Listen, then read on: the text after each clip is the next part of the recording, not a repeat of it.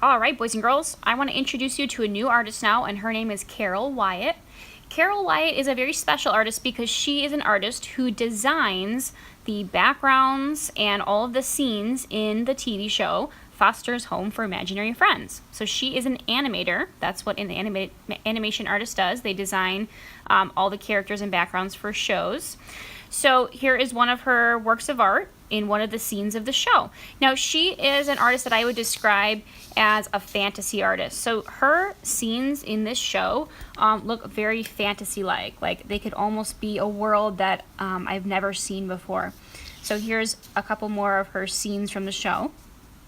Now, because these scenes are very fantasy-like, they look like worlds that we don't recognize, that we would not be able to go into, but she does do something very interesting.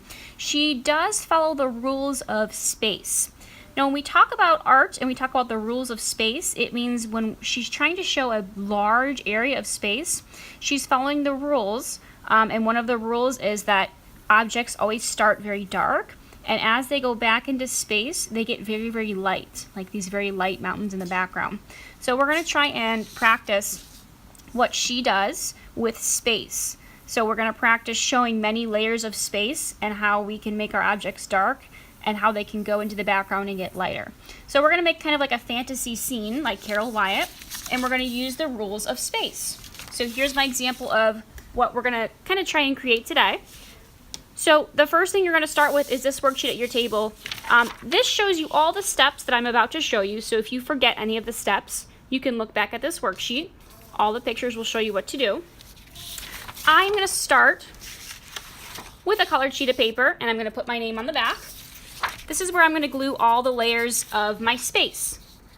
Now I need 3 different colored papers: a black, a medium gray, and a light gray. These will be the layers of my space.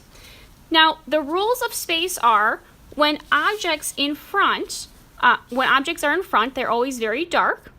When objects are in the middle, they're always kind of a medium shade, and objects in the background are very, very light. So that's why I have 3 different shades of color. So I'm going to start with my black paper first, and I'm going to draw some lines and some shapes on this paper that can show an area of space, kind of like Carol Wyatt's right here.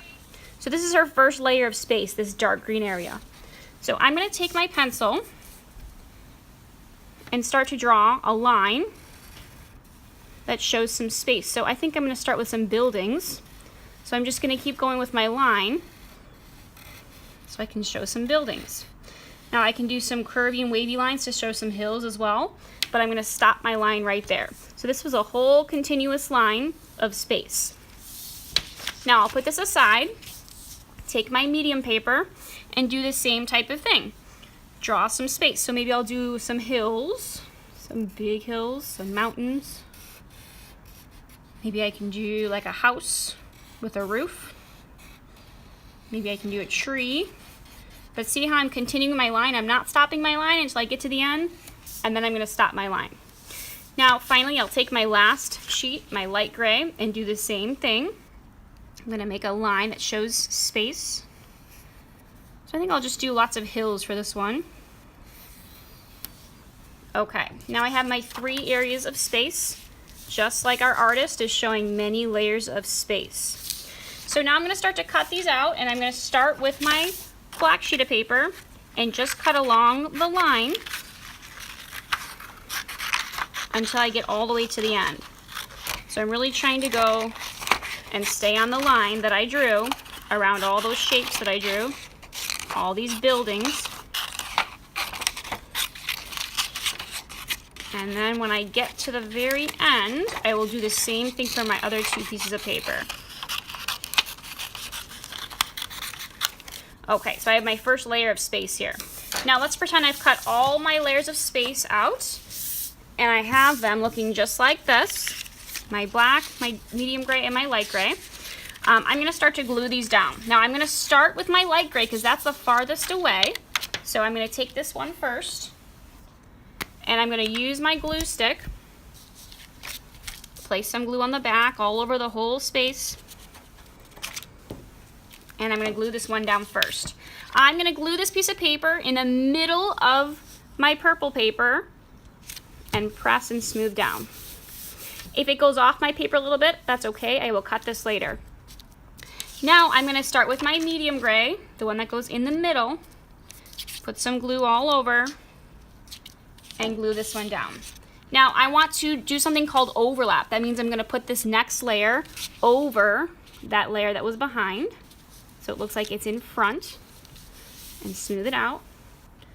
And finally take my last layer. This is the space that's closest to me. And I'm going to overlap again, glue this one on top of the medium one, and press and smooth. Now I'm going to take my scissors, and if I went off my paper a little bit, I'm just going to trim the sides by flipping it over and cutting those pieces off. Okay, and now I have 3 layers of space. Now, if I wanted to do another layer here so I can fill up that space, I could do that as well, or I could just trim this off. So what I did in my final work of art is I thought of some details that could be in my background, like a moon in the sky or an alien spaceship floating through the sky. Think of how this can be a fantasy picture, and it could be a fantasy world, just like our artist, Carol Wyatt.